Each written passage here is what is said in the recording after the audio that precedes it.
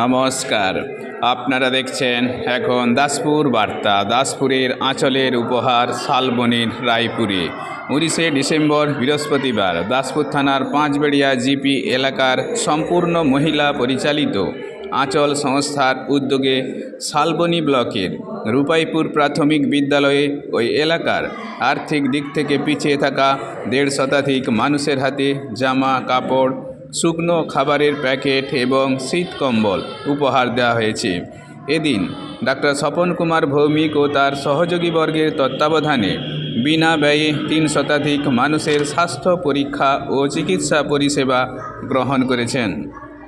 এই কর্মযজ্ঞে সুদূর পাঞ্জাবে কর্মরত বাঙালি স্বর্ণশিল্পীদের গঠিত শ্রী শ্রী নিতাই গৌর সেবা দল এবং আরও অন্যান্য সুধীবর্গের সহযোগিতায় আঁচলের সভাপতি গীতা রানী মণ্ডল কৃতজ্ঞতা ব্যক্ত করেছেন।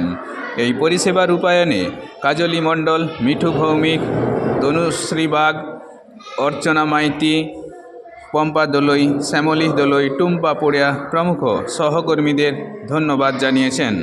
শালবনি থেকে আঁচলের সৌজন্যে রিপোর্টে Shyamsundar Doloi. Like and follow with subscribe এখন দাসপুর বার্তা। এই দাসপুর বার্তায় যুক্ত হন, আলোর পথে এগিয়ে চলুন।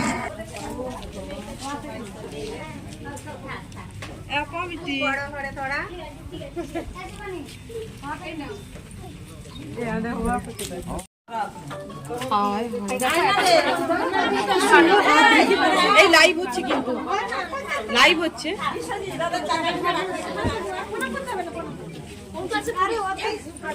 সবাই ভালো থাকো।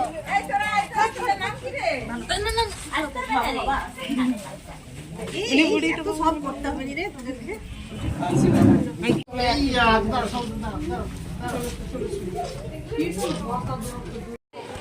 এখানে আমাদের পুরনো জামা কাপড় কালেকশন দেওয়া চলছে।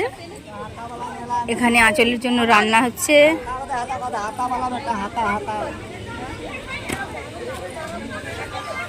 এখানেরই দাদারা আমাদের রেশনের যে ব্যবস্থাটা আছে সেটা দাদারা নিজেরাই রেডি করছে প্যাকেট।